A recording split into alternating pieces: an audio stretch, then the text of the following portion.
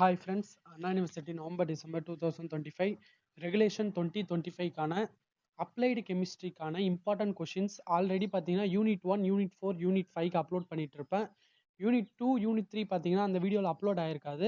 நான் இந்த வீடியோவில் பார்த்தீங்கன்னா Unit 2க்கும் 3க்கும் important questions சொல்லிடுறேன், அதை படிச்சுக்கோங்க. ஆல்ரெடி அந்த வீடியோ பார்க்கலன்னா அந்த வீடியோட லிங்க் டிஸ்கிரிப்ஷனில் கொடுத்துருக்கேன்.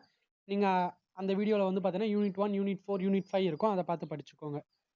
Unit 2 நானோ கெமிஸ்ட்ரிக்கான இம்பார்ட்டன்ட் கொஷின்ஸ் பார்த்தீங்கன்னா 12th ஃபர்ஸ்ட்ல A question explain the various preparation of nano material sol gel laser ablation chemical vapour deposition electrodeposition electrospinning solvothermal. உங்களுக்கு explain the various preparation of nano மெட்டீரியல்னு கேட்டாங்கன்னா நீங்கள் இதில் எதனா ஒரு 2 process explain பண்ணால் போதும். இல்லை சம்டைம்ஸ் மென்ஷன் பண்ணி கூட கேட்பாங்க, செப்பரேட்டாக கேட்க வாய்ப்புகள் இருக்குது.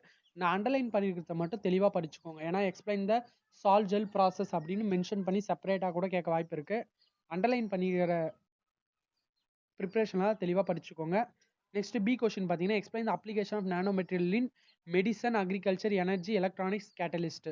மெடிசனில் ஒரு 5 பாயிண்ட், அக்ரிகல்ச்சரில் ஒரு 5 பாயிண்ட், எனர்ஜியில் ஒரு 5 பாயிண்ட், எலக்ட்ரானிக்ஸில் ஒரு 5 பாயிண்ட், கேட்டலிஸ்ட்டில் ஒரு 5 பாயிண்ட், இந்த மாதிரி பிரித்து படிச்சுக்கோங்க. நெக்ஸ்ட் செகண்ட் கொஷின் பார்த்தீங்கன்னா A explain size depend properties of nano material. Nano மெட்டீரியலோட சைஸ் டிபெண்ட் ப்ராப்பர்ட்டி பார்த்தீங்கன்னா optical property, electrical property, magnetic property, அந்த மாதிரி ப்ராப்பர்ட்டிஸ்லாம் வரும். அதில் பி பார்த்தீங்கன்னா explain carbon nanotube and it types. Next unit 3க்கான இம்பார்ட்டன்ட் கொஷின் எலக்ட்ரோ கெமிஸ்ட்ரி 13ல ஃபர்ஸ்ட்ல A question describe the construction and working of galvanic cell, இல்லைனா அது எலக்ட்ரோ கெமிக்கல் செல்லுன்னு சொல்லுவாங்க.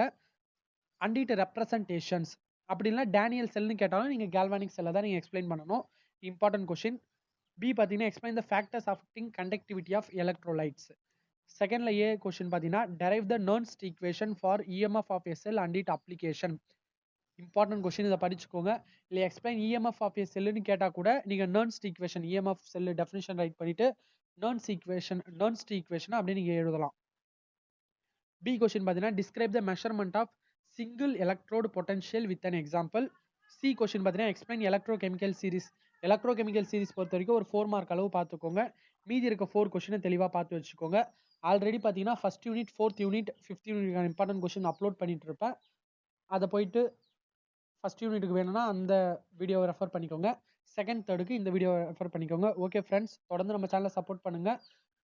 மற்ற சப்ஜெக்ட்டுக்கான இம்பார்ட்டன்ட் கொஸ்டின்ஸ் நெக்ஸ்ட் வீடியோவில் அப்லோட் பண்ணிடுறேன். தேங்க்யூ.